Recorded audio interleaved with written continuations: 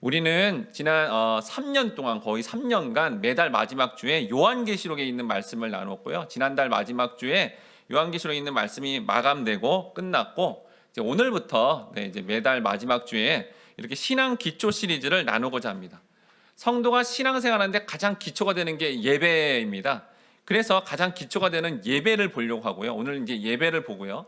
또 예배 시간에 순서에 나오는 뭐 찬송, 기도, 사도신경, 설교, 헌금 이런 각각의 예배의 요소들을 말씀을 통해 정확한 의미들을 살펴보고자 합니다. 오늘은 그 첫 시간으로 매주 예배를 드릴 때 제가 이렇게 첫 예배를 시작할 때 영과 진리로 예배해야 된다라고 선언했어요. 사실 이거는 이전의 개혁판에서는 신령과 진정으로 이렇게 돼 있어서 사실 명확한 의미를 몰랐는데 이번에 개혁 개정판은 바뀌면서 명확하게 영과 진리로 예배해야 된다고 우리가 이제 알게 되었는데요. 이 의미가 구체적으로 뭔지 살펴보고자 합니다. 여러분 모두가 영과 진리로 이 성경이 말하는 대로 정확한 의미를 깨달아서 예배 드리심으로 말미암아 하나님이 기뻐하시는 그러한 평생의 예배자로 거듭나시길 주님의 이름으로 축원합니다. 첫 번째로 따릅니다. 하나님은 예배하는 자를 찾으시고 하나님께 예배하게 하십니다. 요한복음 4장 20절 말씀 1번 했는데 같이 읽어보도록 하겠습니다. 시작. 우리 조상들은 이 산에서 예배하였는데 당신들의 말은 예배할 곳이 예루살렘에 있다 하더이다. 네, 예수님께서 여러분 이 사마리아 여인을 이제 만났습니다. 만나고 나서 이렇게 대화를 하다가 이제 이 예수님께서 이 여인의 남편에 대한 화제가 전환됐죠. 이 남편에 대한 언급을 하니까 이 남편에 대한 일이 이 여인에게 치부였거든요. 죄였어요. 왜냐하면 남편이 5명이 바뀌었습니다. 그리고 6번째 남편하고 살고 있으니 사실은 자기의 죄가 드러나게 되자 궁극적으로 자신이 이 죄부터 인생을 살아가는데 갈급하고 또 너무너무 이런 죄의 문제와 한계와 이런 거에서 벗어나고 싶어서 신적 존재인 하나님께 예배하고 싶은 모습이 드러나게 되었고 이 말씀을 통해 우리는 예배는 죄가 드러나야 그 죄의 드러남과 부족함을 통해 온전하게 우리가 예배하는 마음이 생긴다라는 것을 이 본문의 말씀을 통해 우리가 알 수 있다라는 겁니다. 한편 이 요한복음 여러분 읽었던 4장 20절을 원어로 읽으면 사람이 반드시 예배를 드린 장소는 어디입니까? 라는 뜻입니다. 그래서 여러분 이 지금 사마리아 여인이 이런 자기의 치부 죄가 드러나서 연약함이 드러나서 부족함이 드러나서 하나님께 이제는 그거 문제 죄의 궁극적인 문제를 해결받고자 예배하고 싶은데 도대체 어디다가 예배를 드려야 되는지를 예수님께 질문하는 장면입니다. 여러분 이걸 알려면 좀 이스라엘의 역사를 좀 알아야 됩니다. 원래 통일 이스라엘 국가일 때는 이 성전이 어디 있었죠? 어디서 예배드렸죠? 예루살렘 성전에서 예배를 드렸기 때문에 장소에 헷갈림이 없었어요. 그렇지만 이후에 강대국인 아수르가 이제 북쪽에 쳐들어와서 북쪽에 지금 사마리아 여인에 해당되는 북쪽 지역이 이 아수르에 입각해서 혼혈 어떤 그 상태가 됩니다. 그리고 나중에 이제 바벨론이라는 나라가 이제 들어와서 모든 나라 이스라엘의 모든 남유다까지 다 점령함으로 말미암아 거기 있는 사람들이 바벨론에 이제 포로로 또 끌려가요. 그리고 나서 이후에 하나님의 때가 되자 포로로 끌려갔던 유대인들이 돌아와서 뭐 하고 싶을까요? 예배하고 싶겠죠. 그동안 예배를 못했으니까 제대로. 그래서 이제 그 돌아오자마자 이제 유다의 그 예루살렘에 성전을 짓습니다. 성전을 짓는데 이제 사마리아 북쪽에 있는 사마리아 사람들도 자기네들도 예배하고 싶을 거 아니에요. 하나님을 아니까. 그래서 성전 지을 때 같이 돕겠다 했어요. 그런데 유대 사람들이 너희는 율법을 어겼어. 다른 민족들과 피가 섞인 아주 더러운 이제 사람들이 된 거야. 오지 마. 성전 건축하는데 협력하지 마. 하고 거절을 해버립니다. 그러니까 이제 사마리아 사람들이 자기 예배 드릴 장소도 없고 도와주라는데 이렇게 오지 말라고 심하게 거절을 하고 모욕감을 주니까 오히려 막 방해도 하고 그래서 이제 그들이 생각한 게 그러면 예루살렘 성전 아니라 우리가 우리 자체적으로 예배 드릴 곳을 찾자 해가지고 예배 장소를 찾았으니 구약 때부터 축복이 선언했다는 그리심산에다가 제단을 쌓고 거기서 예배를 드렸어요. 그래서 예배 장소가 2장소가 된 거예요. 율법대로라면 이렇게 지금 예루살렘 성전이 맞는데 이렇게 못 가니까 사마리아 사람들이 수백 년간 이제 예배드렸던 이 그리심산에 제단이 있으니 이 사마리아 여인 입장에서 이런 죄 문제로 예배를 온전하게 이제 드리고 싶은데 그러면 지금 굳이 내가 사마리아 사람들이 그렇게 비집고 들어가서 유다 거기 예루살렘에서 예배를 드려야 될지, 아니면 우리 사마리아 사람들이 그저 들었던 이 그리심산에서 예배를 드려야 될지 우리 예수님 알려주세요라고 그렇게 질문을 했다라는 겁니다. 이런 질문에 대해서 예수님이 다음같이 말씀합니다. 요한복음 4장 21절 말씀 2번에 있는데 같이 읽어보도록 하겠습니다. 시작. 예수께서 이르시되 여자여 내 말을 믿으라. 이 산에서도 말고 예루살렘에서도 말고 너희가 아버지께 예배할 때가 이르리라. 예수님께서 사마리아 여인을 부르는 호칭을 여자여라고 했는데, 이 여자여라는 원어적 의미는 긴밀함과 아주 그 애정을 표현하는 표현입니다. 여러분 지금도 주님이 그럴 것 같아요. 여러분 가운데 정말 하나님을 온전히 예배하고 싶어요. 그러면 어떨까요? 참 귀하다 여겨주시는 거죠. 결코 이렇게 주님은 예배를 사모하는 자를 경멸하거나 무시하지 않고 참된 예배의 세계로 인도해 주신다라는 겁니다. 그러면서 예수님이 그 여인에게 뭐라 그래요? 여기 보니까 내 말을 믿으라라고 돼 있죠. 한국말로는 내 말을 믿으라라고 돼 있지만 원어에는 말이라는 단어가 없습니다. 그럼 뭐죠? 나를 믿으라. 정확한 예배의 본질을 얘기하신 거예요. 여러분 예배는 뭐죠? 예수님, 하나님 앞에 예배 드려야 된다라는 것을 명확하게 말씀해 주었다라는 겁니다. 장소가 중요하지 않다는 거예요. 이전에 여러분 구약 시대에는 율법과 제사 제도가 장소와 규례에 따라 드렸지만, 이제 하나님이신 예수님이 이 땅에 오심으로 말미암아 새 시대가 도래해서 이제는 장소를 초월하는 하나님께 집중하는 예배가 되면 그게 예배다라는 것을 선언해 주었다는 겁니다. 여러분 이 말에는 굉장한 의미가 있어요. 그러니까 지금 유대인들이 드리는 예루살렘 성전의 예배도, 사마리아인들이 드리는 그리심산의 예배도 예배가 아니다라는 거예요. 이게 참 놀라운 거죠. 그 시대에 다 예배 드리고 있었는데 그건 예배가 아니야. 바로 나를 예배의 대상으로 여기는 그러한 예배의 시대가 이제 도래했다. 새로운 시대가 도래했다라는 것을 그렇게 선언해 주고 있다라는 겁니다. 요한복음 4장 22절 말씀 같이 읽어보도록 하겠습니다. 시작. 너희는 알지 못하는 것을 예배하고 우리는 아는 것을 예배하노니 이는 구원이 유대인에게서 남이라. 즉 장소를 막 이렇게 특정한 장소를 찾아서 그렇게 예배하는 그런 것이 알지 못하는 것을 예배하는 거라는 겁니다. 그래서 진짜 온전한 예배하는 때가 이제 왔다는 거죠. 즉 너뿐만 아니라 모든 사마리아인들은 지금 예배에 대해서 무지하고 잘못된 어떤 지식을 가지고 부패하게 그렇게 예배를 드렸다라는 거예요. 사실은 이 사마리아 사람들이 분명히 율법에 입각해서 여러분 성전이 맞는데도 그렇게 제단을 쌓은 것 말씀에도 맞지도 않고, 또한 이 역사를 보면 그들이 우상 숭배, 이방의 우상 숭배적 요소를 예배에 이제 혼합시켜서 그렇게 예배를 드렸기 때문에 이렇게 예수님이 이게 아니다라는 얘기를 해주는 거예요. 반면 이제 유대인들은 그래도 이렇게 모든 성경에 입각해서 예배를 드리려고 했다는 거죠. 여러분 사마리아인들은 그 역사적 이래로 이제 이 구약의 모든 성경, 창세기부터 말라기까지 모든 성경을 받아들이지 않았고요. 모세 5경만 받아들인 거예요. 편파적으로 받아들인 거죠. 그렇지만 그래도 유대인들은 모든 성경을 다 원리로 받아들였기 때문에 이렇게 유대인들이 지금 예배를 그래도 드리고 있는 거다라는 얘기를 하고, 또 이 여러분 아주 중요한 얘기를 합니다. 이게 예배를 물었는데 예배가 뭐하고 연관되는 거예요? 지금 구원, 유대인에게서 구원이 일어난다는 얘기를 하고 있다라는 거예요. 여러분 예배 드림이 구원입니다. 여러분 하나님께 예배 드리는 자들은 구원받은 자가 아니면 예배를 드릴 수가 없어요. 구원받은 자들이 구원을 받아 존재가 되었기 때문에 주일날 어디 놀러 가지 않고 이렇게 정말 하나님께 예배 드리는 거예요. 그게 구원받음의 증거다라는 것을 오히려 말하고 있고, 구원이 유대인에게 난대요. 그럼 유대인인 지금 이스라엘 사람들을 통해 난다는 거예요? 아니죠. 지금 사마리아 사람은 이 여인, 그 다음에 유대인은 누구예요? 예수님이잖아요. 그러니까 구원이 누구한테 난다는 거예요?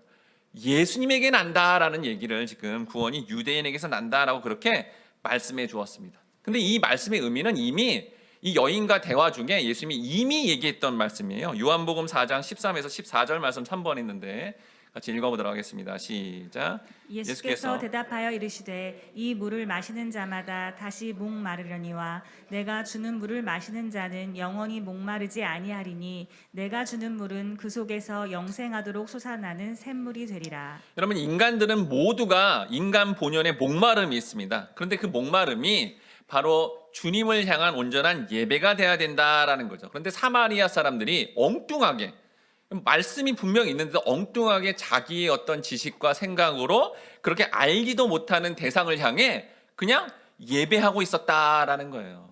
그럼 어떤 분들은 예배 그러면 맨날 기독교 안에서의 주일 예배 이것만 생각하죠.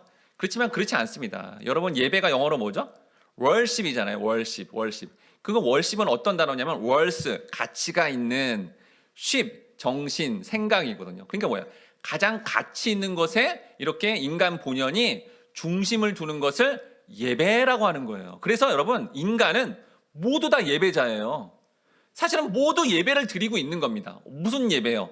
가장 가치가 있다고 생각하는 영역에 자기의 시간과 물질과 에너지를 들여서 예배하고 있는 거예요. 기독교인들은 하나님이 내 인생에 가장 가치가 있다고 생각하니까, 여러분, 세상 사람들이 말하는 요일 중에 우린 주일이 아니면 일요일이잖아요. 일요일, 이 오전 시간, 낮 시간 가장 황금 시간대입니다. 놀러 가기 좋고 휴일이고 공식적으로 놀 수 있고 쉴 수 있는 이날에 여러분이 그걸 포기하고 예배를 드리자고 이렇게 시간을 드리고 있는 거, 이게 예배라는 거예요. 왜요? 내가 가치 있는 영역에 시간과 물질을 투자하고 있잖아요. 내 시간, 에너지를. 그게 예배의 본질이다라는 거죠. 그런데 여러분, 불교를 믿는 사람들, 그러면 석가모니 불상이 가장 가치 있다 생각해서 그래가지고 그 불상 앞에 그렇게 엎드리고 절을 하는 겁니다. 뭐 1000번 하고 1000번 하고 이렇게 한다 그러죠. 이렇게 하는 거죠. 그럼 이슬람 사람들은 예전에 성경에서 보니까 하루 5번을 예배 드려요. 자신이 생각하는 성지인 메카를 향해 뭐 운전하다가도 길 가다가도 삥 그렇게 막 소리가 납니다. 그럼 바로 예배예요. 바로. 사실 그들의 예배하는 걸 보면 우리 기독교인들은 정말 많이 부족해 보인다라는 생각이 들어요. 하루 5번을 이렇게 엎드리면서 다 예배를 드린다니까요, 여러분. 그렇게 열심히 예배를 드리는 거죠. 그냥 그게 옳다 생각해서 드리는 거죠.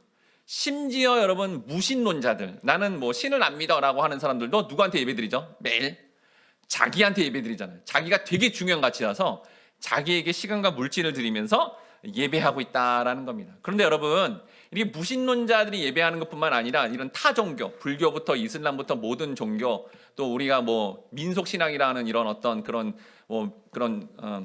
거를 종교로 믿고 있는 사람들 모두 이 속내를 보면 여러분, 뭐 그리스 신화도 그렇고 여러 모든 신들이 등장하잖아요. 그래서 무슨 뭐 그런 석가모니다 뭐다 누가 이렇게 섬긴다 하지만 뭐 불상을 세워놓고 뭐 이렇게 상을 세워놓고 막 섬기잖아요. 그렇지만 궁극적으로 그 섬김이 자기 자신을 향한 예배입니다. 예를 들어 여러분 보세요. 불상을 놓고요, 기도하는 거예요. 비나이다 열심히 하면서 뭐라 그래요? 부자 되게 해주세요 하고 10년을 20년을 기도했는데 부자는커녕 더 가난해진 거예요. 심각하게 가난해진 거예요. 그럼 이 사람 어떡하죠? 이 불상은 힘이 없나 보다. 갈아치웁니다. 그리고 다른 신을 놓고 또 달라고 하는 거예요. 그럼 여러분, 그게 뭐죠? 결국 그 신을 내가 안 믿었다는 걸 드러낸 거잖아요. 그리고 자기가 부자 되려는 거에 그 신적 존재를 이용하는 겁니다. 그러니까 모든 타 종교들은 사실은 자기 자신을 숭배하는 거예요. 마음에 안 들면 바꿔버립니다. 여러분, 바꿔버리는 거예요. 그렇지만 우리 기독교는 다르다라는 거예요. 특히 이제 성경은 이렇게 자기 자신을 향해서 예배하는 모든 타 종교부터 모든 무신론자들이 그런 예배를 잘못된 예배, 즉 이걸 뭐라 그러냐면 우상 숭배라고 합니다. 출애굽기 20장 4절 말씀 같이 읽어보도록 하겠습니다. 시작. 너를 위하여 새긴 우상을 만들지 말고 또 위로 하늘에 있는 것이나 아래로 땅에 있는 것이나 땅 아래 물속에 있는 것에 어떤 형상도 만들지 말며. 우상 전체에 여기 뭐라고 되어 있어요? 너를 위하여 되어 있잖아요. 그러니까 성경이 분명히 지적을 해주는 거예요. 우상, 타종교에 무슨 어떤 상을 놓고 이렇게 비나이다 하는 그런 모든 종교, 이러면 기독교만이 무슨 상이 없어요. 무슨 예수님의 상이 이렇게 있거나 그러지 않는다니까. 그건 기독교가 아니에요. 그러니까 보이지 않는데, 이게 뭐 이렇게 그 상이 느껴지지 않지만, 그렇지만 믿음으로 보이지 않는 세계를 믿음으로 반응하는 게 기독교인 거죠. 근데 모든 종교는 그런 뭔 상이 있어요. 우상, 뭐가 있다는 거죠. 근데 그 의미가 뭐래요? 너를 위하여, 너 자신을 위한 거라는 거예요. 그래서 사도 바울이 심지어 탐심도 우상 숭배, 내가 뭔가를 탐하는 것도 전부 우상 숭배다라는 겁니다. 근데 내가 기독교인이라 하는데 이렇게 타 종교 사람들, 이런 사람들처럼 그렇게 신적 존재인 하나님 앞에 보이는 어떤 헌신과 이런 걸 통해서 그거 내놓으세요, 그거 주셔야죠 라고 한다면 분명히 이렇게 주일날 예배를 드린다고 하지만 그 사람의 본질은 사실은 우상을 숭배하는 거라는 겁니다.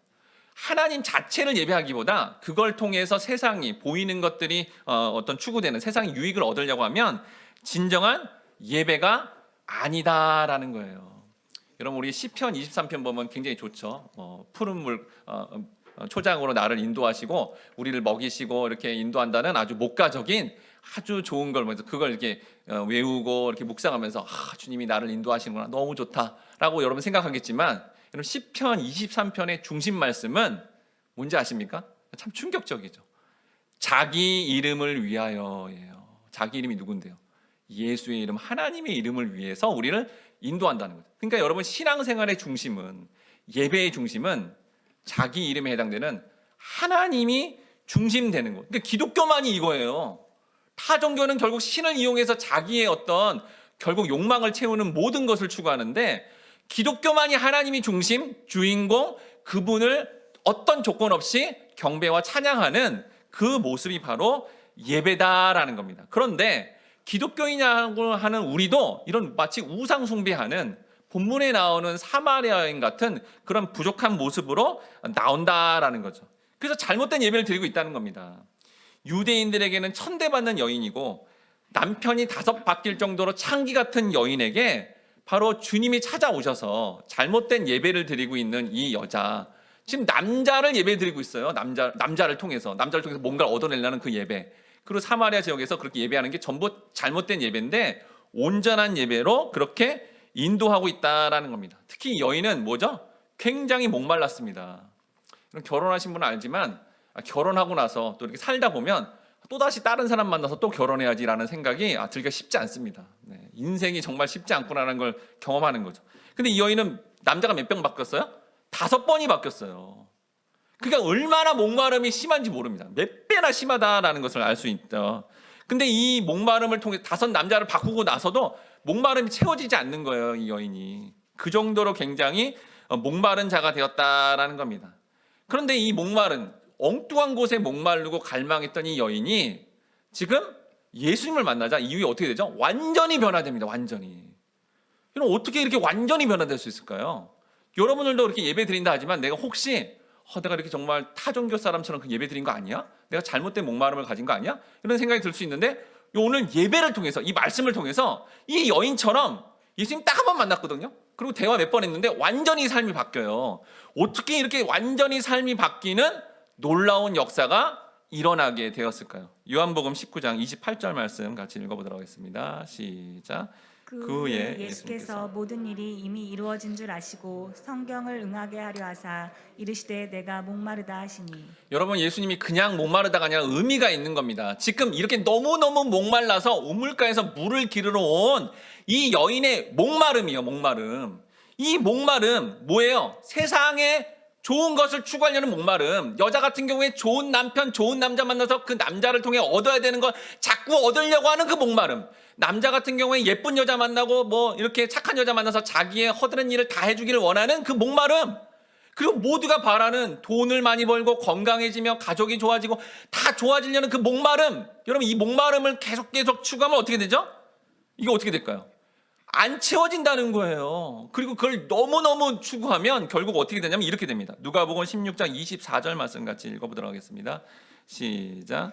불러 이르되 아버지 아브라함이여 나를 긍휼히 여기사 나사로를 보내어 그 손가락 끝에 물을 찍어 내 혀를 서늘하게 하소서. 내가 이 불꽃 가운데서 괴로워하나이다. 결국 여러분 세상의 목마름을 너무너무 추구했던 이 여기 누가복음 16장에 나오는 부자요. 부자. 돈만을 추구했죠. 돈만을. 그런데 나중에 어디가 있어요? 지옥에 들어가서 영원히 끝나지 않는 목마름인 거예요. 너무 목마르니까 물 한 모금만 찍어서 나한테 혀에다 대달라고. 그 목마름의 상태로 간다는 겁니다, 여러분. 이 지금 사마리아 여인부터 사실 우리가 예배를 드린다는 것도 우리도 똑같이 세상 사람과 똑같이 사람들이 바라는 거를 똑같이 바라는 그 목마름만 추구하면 어떻게 된다고요? 그럼 다 지옥이라니까요. 지옥의 목마름에 이를 수밖에 없다는 거예요. 전부 그렇게 갈 수밖에 없다는 겁니다. 이 세상을 살아가는데 취미생활, 내가 좋아하는 거 열심히 추구하는데 여러분 그렇게만 살면 내가 성도인데도 그렇게 살면 여러분 마지막에 지옥이 될 수 있다는 거예요. 우리 목마름이 안 바뀌면 지금 현재 살고 있는데 목마름이 안 바뀌면 여러분 우리의 삶은 나중에 어떻게 될지 모른다는 겁니다. 정말 무시무시한 말씀이죠. 그런데 그때 누가 찾아와요? 예수님이 찾아오셔서 어떻게 이 여인이 남자를 통해서 뭔가를 얻으려는데 이게 확 바뀌냐고요. 이 여인이 가진 목마름을 누가 가져가요? 예수님이 가져간 거예요. 예수님이 가져가면 어떻게 되죠? 지옥의 형벌을 십자가에서 목마르다라고 다 보여주는 인생을 살게 되신 거죠. 그러면 어떻게 되는 거예요? 그 말씀이 나의 이 존재론적 실체로 들어오면 내 목마름이 바뀌게 되는 놀라운 역사가 일어난다는 겁니다. 즉 쉽게 얘기하면 뭐냐면요, 여러분, 우리가 그렇게 세상을 막 추구하고 타락하고 잘못되는데 예수님이 십자가에서 그 대가지불, 그 목마름의 대가지불을 다 이름으로 말미암아 그분을 온전히 이렇게 만나버리면 우리의 목마름이 완전히 바뀌면서 우리는 온전한 예배자가 된다라는 거예요. 그래서 그 모습을 이렇게 상징적으로 보여줍니다. 요한복음 4장 6절 말씀 다 함께 읽겠습니다. 시작. 거기 또 야곱의 우물이 있노라. 예수께서 길 가시다가 피곤하여 우물 곁에 그대로 앉으시니 때가 6시쯤 되었더라. 이렇게 사마리아 여인처럼 남자를 통해 목마름을 좀 이렇게 해소하려고 그러고 너무 창피해서 원래는 오후 늦게 해가 떨어지면 이렇게 물을 길러야 되는데 한낮에 아무도 오지 않게 동네 사람들 오면 이렇게 나보고 막 비난하고 욕할 테니까 그 낮에 올 수밖에 없는, 그 목말라서 올 수밖에 없는 이 사마리아 여인을 지금 누가 찾아가죠? 예수님이 찾아가요. 여러분, 예수님은 육체로 오셨지만 영안이 다 열려 있습니다. 그렇죠? 이 여인이 누군지, 그리고 사마리아 여인부터 이 땅에 잘못된 것을 목말라 하면서 전부 지옥 갈 수밖에 없는 그 영혼들에게 찾아오셔서 그 목마름을 자신이 가져가면 십자가에 달리는 끔찍한 고통을 당하신다는 걸 아셨기 때문에 우물가에 도착하자마자 어떻게 되죠? 덜썩 주저앉아 버린 거예요. 그대로 앉으신이 돼 있잖아요. 그대로. 근데 어떤 상태예요? 여러분, 예수님은 지금 양식을 구하러 갔으니까 금식 상태입니다. 굶주리신 거예요. 그리고 한낮에, 제가 성지순례 가봤거든요. 한낮에는 너무 뜨거워요. 정말 그늘 안에 있어야 돼요. 근데 그 여인, 잘못된 목마름을 가지고 있는 대표적인 우리 같은 영혼인 사마리아 여인을 찾고자 그 더운데, 그리고 허기진데 우리를 찾아오셨다라는 거예요. 왜요? 우리의 목마름을 바꿔서 영원한 생명을 얻게 하는 천국 백성으로 만드시고자 그 자리에 온 거죠. 그러니까 십자가를 지러 온 거하고 똑같은 거죠. 여러분, 이거를 말씀을 통해 깨닫는 자는 정말 감격스럽게 예배할 수 있다라는 거예요. 내버려 두면 지옥이고, 내버려 두면 스스로 그렇게 세상의 것들을 목말라 하다가 그냥 죽을 수밖에 없는, 누가복음에 나온 부자처럼 물 한 모금만 찍어주세요라고 말할 수밖에 없는 비참한 인생들인데, 예수님이 굳이 누가 보더라도 온전한 예배자 같지 않거든요. 그 여인 창기 같고 정말 비난을 당할 수밖에 없는 그런 존재인데도 불구하고 그런 우리를 찾아오신 그 예수님, 하나님, 왜? 온전한 예배자로 만들고자 그렇게 찾아왔다는 걸 말씀을 통해 깨닫게 된다면 우리는 하나님 앞에 감격스럽게 예배할 수 있다라는 거예요. 그러니까 우리가 예배드리고 싶어서 예배드리는 게 아니라 하나님이 우리를 찾아와서 우리의 목마름을 바꿔주셔서 온전한 예배자로 만드신다는 이 말씀이, 이 말씀 때문에 우리가 하나님 앞에 감격스럽게 예배드릴 수 있게 된다라는 겁니다. 바라건대 우리 모든 성도님들이 반복적인 죄를 짓고 우상 숭배를 하는 가운데서도 우리를 찾아오셔서 진정한 예배자로 거듭나게 하신다는 이 말씀을 깨달아 정말 주님 앞에 온전한 예배자로 거듭나시길 주님의 이름으로 축원합니다. 두 번째로 따른다. 성도는 하나님께 영과 진리로 예배해야 합니다. 영과 진리로 예배해야 합니다. 요한복음 4장 23절에서 24절 말씀 같이 읽어보도록 하겠습니다. 시작. 아버지께 참되게 예배하는 자들은 영과 진리로 예배할 때가 오나니 곧 이때라. 아버지께서는 자기에게 이렇게 예배하는 자들을 찾으시느니라. 하나님은 영이시니 예배하는 자가 영과 진리로 예배할지니라. 여기 하나님 아버지께서 받으시는 영과 진리의 예배, 참된 예배가 뭔지 나옵니다. 자, 영은요, 원어로 성령입니다. 성령. 그러니까 성령으로 이끌림을 받는 예배다라는 거죠. 여러분, 이 의미는 뭐냐면 예배의 중심이 성령님인데 성령 영이죠. 예수 믿으면 예수의 영이 있어요. 그러면 이 성령이 우리 안에 영을 이끌어줘서 그 영적으로 온전하게 예배드리게 한다는 거예요. 그 말은 뭐냐면 육적으로 뭔가 이렇게 뭐 간섭하려는 거, 이렇게 막 매이는 거를 완전히 초월하라라는 거예요. 그 전에 뭐라 그랬죠? 장소를 초월하라 하는 것처럼 성령의 이끌림을 받아서 영적 우리 안에 있는 예수의 영이 반응해서 오직 그 영 대신 하나님 앞에 반응하는 예배, 그 예배가 영으로 드리는 예배다라는 겁니다. 또한 진리는 뭐죠? 여러분 진리가 뭐예요? 진리가 성경이죠, 성경. 자, 사마리아인도 그렇고 유대인도 그렇고 자기 멋대로 예배 드리잖아요. 세상의 모든 사람들이 예배한다 그랬죠? 자기 멋대로 예배 드리고 있는 거예요. 그런데 성경, 하나님이 말씀하는 진리로 반응해서 예배 드리면 그게 뭐예요? 진리로 예배하게 된다라는 것을 알려주고 있다라는 겁니다. 근데 특히 이 유대인들은 여러분 아시지만 바리새인부터 다 유대인들이잖아요. 너무 형식적인 예배를 드린 거예요. 그 막 규율과 그런 걸 너무 많이 이렇게 보이는 어떤 규칙들을 너무 많이 해놔가지고 영으로 자유하면서 예배 드려야 되는데 그게 약했고 잘 안 됐다라는 겁니다. 그래서 성령에 입각한 예배를 드려야 되는데 여러분 오늘날에도 이 형식적인 바리새인처럼 이렇게 잘못된 예배로 드리는 자들이 많다라는 겁니다. 구약의 제사처럼 너무 얽매여서 형식화된 채 예배 드리는 사람이 너무 많다는 거예요. 어떻게 알 수 있죠? 현대 크리스찬들이 이렇게 예배당에 와서 예배를 드리고 예배 끝나고 나가면 세상 사람과 똑같이 되는 거예요. 아, 내가 형식적으로 예배 드렸구나라는 거를 알 수 있다는 거죠. 그러니까 그 예배 시간과 건물만 빠져나가면 그냥 세상 사람과 똑같아지는 거는 형식적인 예배였다라는 것을 자기 스스로가 증명해내는 거라는 겁니다. 예배의 대상은 여러분 하나님이신데 예배를 드릴 때도 꼭 예배의 대상이 사람으로 여겨서 그렇게 예배 드리는 게 사실은 현대 교회의 문제다라는 겁니다. 특히 예배 드리러 오는 사람의 최근에는 이렇게 뭐 음악이나 이런 어떤 뭐 스피커나 이런 게 막 발전하니까 오감을 만족하려고 굉장히 노력을 한다는 거예요. 뭐 예배당을 지나치게 치장하는 것부터 시작해서 너무 많은 사례금을 주어서 연주나 독창을 하게 하고 프로페셔널 밴드나 이런 것들을 세션을 불러가지고 마치 무슨 방송국 음악회 온 것 같은 그런 느낌과 착각에 들게 하며 설교는 짧게 하되 멀티미디어 이런 어떤 장비를 통해서 아주 예배가 재미있고 신선하게 만들려고 하는 것은 목적이 뭐예요? 예배 드리는 사람 때문에 하는 거잖아요. 여러분 하나님 그거 기뻐해요? 안 기뻐하잖아요. 그거를 하나님이 원하시는 예배는 뒤에 나오는데요, 사하고 통회하는 예배인데 그거와 전혀 반대로 예배를 드리는 사람의 어떤 오감과 만족과 기쁨과 행복을 위해 그렇게 예배한다면 조심해야 된다는 거예요. 지금 예수님 시대의 유대인, 사마리아인 전부 예배를 엉터리로 드리고 있는데 오늘날의 교회에서도 그렇게 될 수 있다라는 겁니다. 그리고 이런 여러분 지금 얘기한 이런 예배로 너무 길들여진 사람은 매주 예배를 어떻게 드냐면 오늘 예배를 스스로가 평가합니다. 내가 감동받았나? 내가 이렇게 정말 이렇게 은혜 충만하게 또 나름대로 이렇게 기분이 좋아졌나? 자꾸 이런 식으로 뭔가 평가를 한다면 자기 스스로가 예배의 대상이 됐구나라는 것을 깨달아야 된다는 거예요. 근데 예배는 누구한테 드린다고요? 오직 하나님께만 드린다는 거예요. 근데 오직 하나님께 드리는 게 우리 스스로가 잘 안 되니까 성령이 우리를 이끌어줘서 하나님 중심, 하나님께로만 그렇게 나가는 자세로 이렇게 반응하면 그게 영으로 드리는 온전한 예배가 되는 거지. 자꾸 내 감정과 내 만족과 내 행복으로 자꾸 예배를 자꾸 반응하고 평가하려는 거 주의해야 된다라는 겁니다.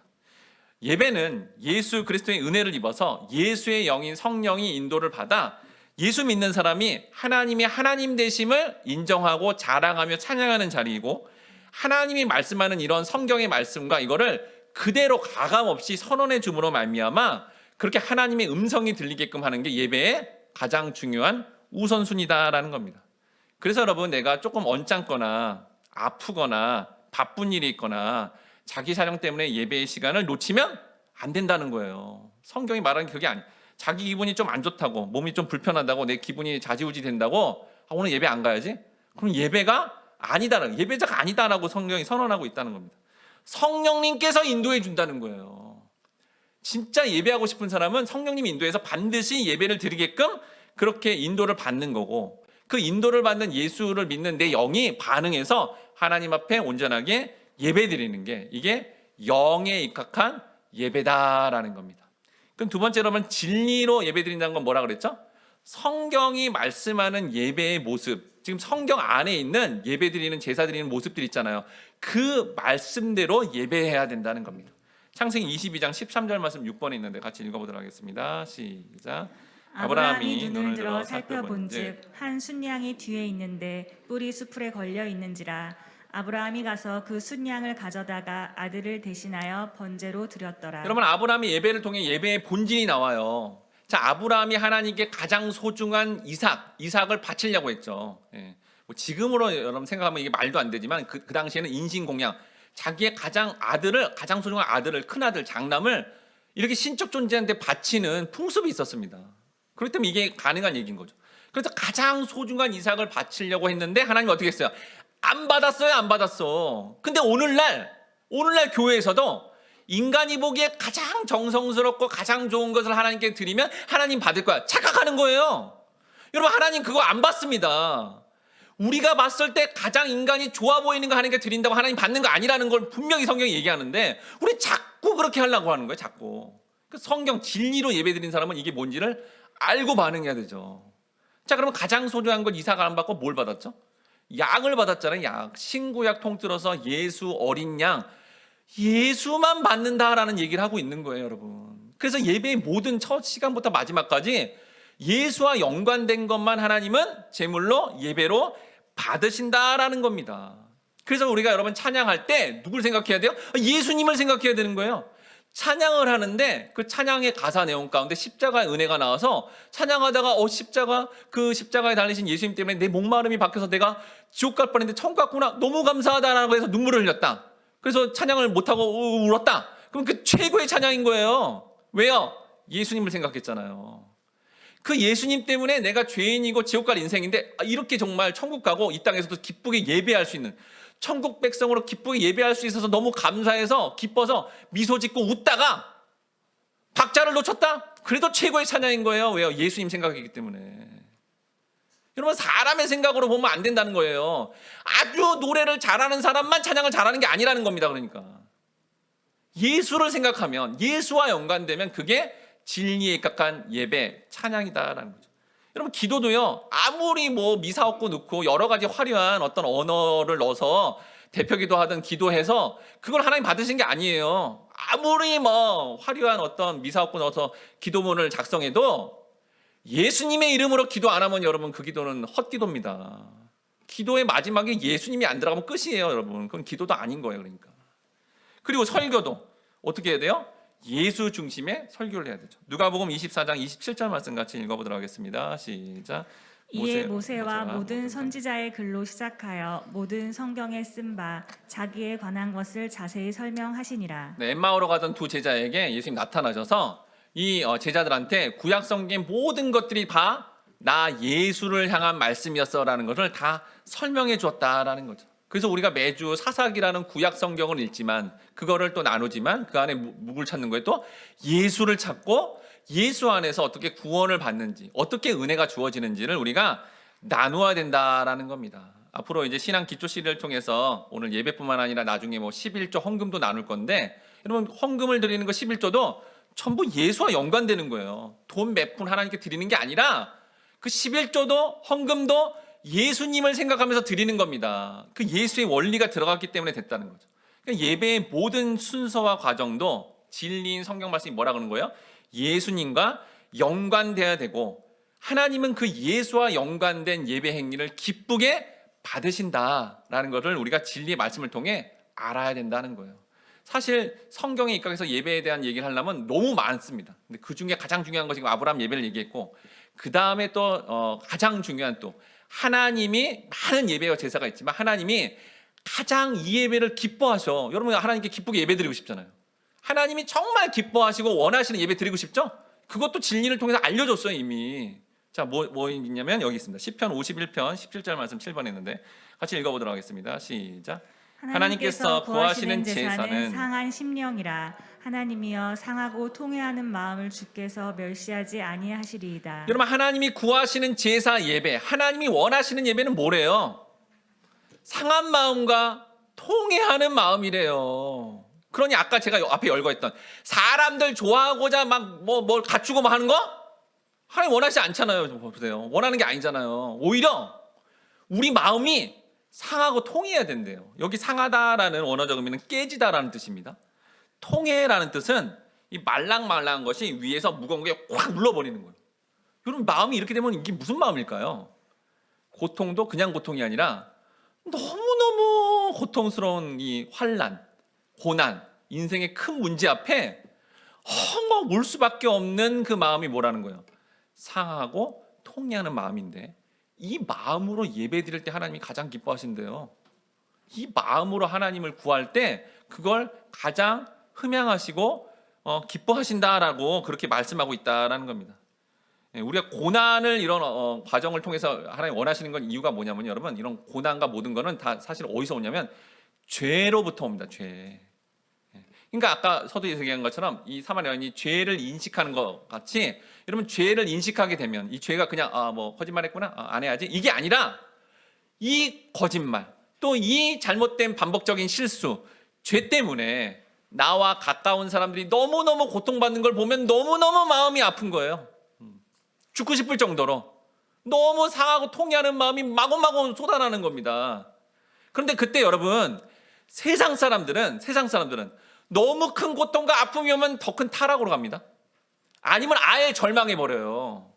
근데 선택받은 영혼들은 자기가 감당 안 되는 인생의 문제와 특히 자기 죄로 인해서, 자기 죄 때문에 일어난 이런 어떤 결과물을 보면서 너무너무 마음이 아프고 통해하니까 하나님을 찾아요. 울면서 기도원도 가든지 아니면 기도의 자리를 찾든지 매일매일 예배하는 자리에 가서 하나님 살려주세요, 너무 고통스럽습니다, 하나님을 찾는데, 여러분 성경이 이걸 뭐라 그러냐면, 이렇게 고통스럽고 힘들어서 하나님, 구약의 인물들도 그러잖아요. 너무너무 힘들어서 하나님 찾죠. 그걸 뭐라 그래요? 성경이 예수 믿는다라고 하네요. 그거를 오히려.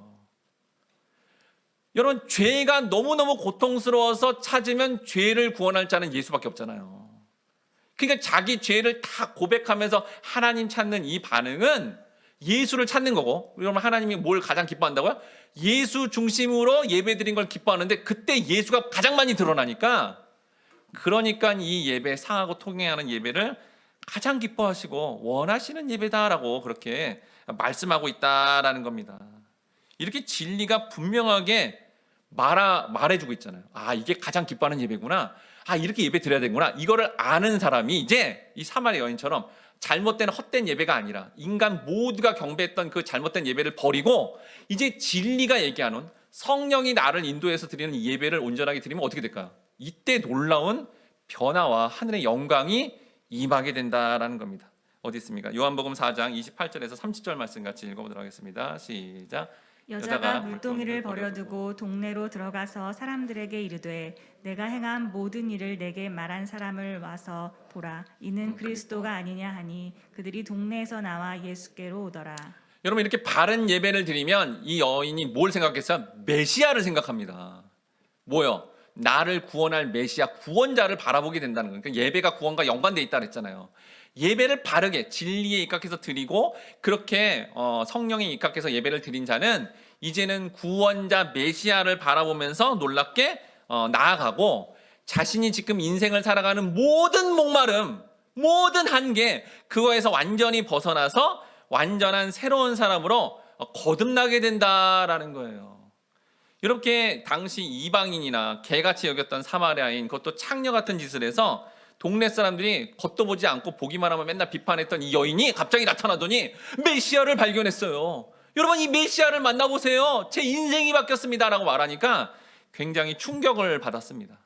진리인 하나님 말씀대로 성령에 입각해서 제대로 예배드린 자는 이제 자신의 구원을 확신하고 바른 예배를 드리는 것뿐만 아니라 주변에 지금 전부 잘못된 예배를 드리고 있는 사람들에게 가서 그거 예배가 아니에요, 이게 예배예요, 이분을 만나야 돼요 하고 그렇게 소개하는 역할까지 하는 그 놀라운 변화가 일어나게 된다라는 겁니다.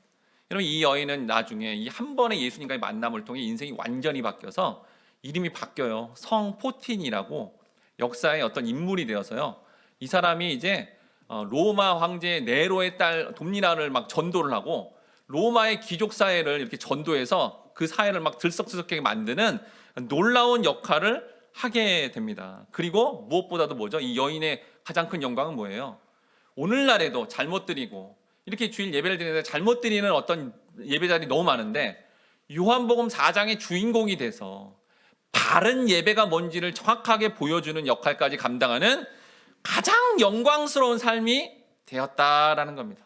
우리는 이렇게 진리의 말씀이 알려주는 대로 하나님께 예배드리고요, 성령의 인도함을 받는 그런 예배를 드림으로 말미암아 형식적이고 자기가 생각하는 예배가 아니라 이렇게 성령의 인도함을 받는 성령 충만한 예배를 드려야 되겠습니다. 무엇보다도 이 예배를 내가 먼저 시작한 게 아니라 누가 찾아오신다고요? 십자가를 지고 나의 잘못된 목마름을 바꾸실 그 대가 지불을 하실 그 예수님이 나를 찾아주셔서 천국 백성 만들었다는 이 말씀을 여러분 깨달은다면 우리는 감격하며 이 여인처럼 감격하며 하나님 앞에 온전하게 예배드리게 될 것입니다. 우리 이 시간에 주제 찬양인 나는 하나님을 예배하는 예배자입니다. 함께 찬양하며 주님 우리가 그동안 잘못된 예배를 드렸다면 이제 그 목마름이 바뀌어서 하나님에 대한 목마름으로 바뀌어서 정말 영의 인도를 받는 성령의 예배 그리고 진리의 말씀인 성경이 말씀하는 대로 예배하는 참된 예배자가 되게 해달라고 함께 같이 하나님 앞에 고백하는 마음으로 함께 찬양하도록 하겠습니다.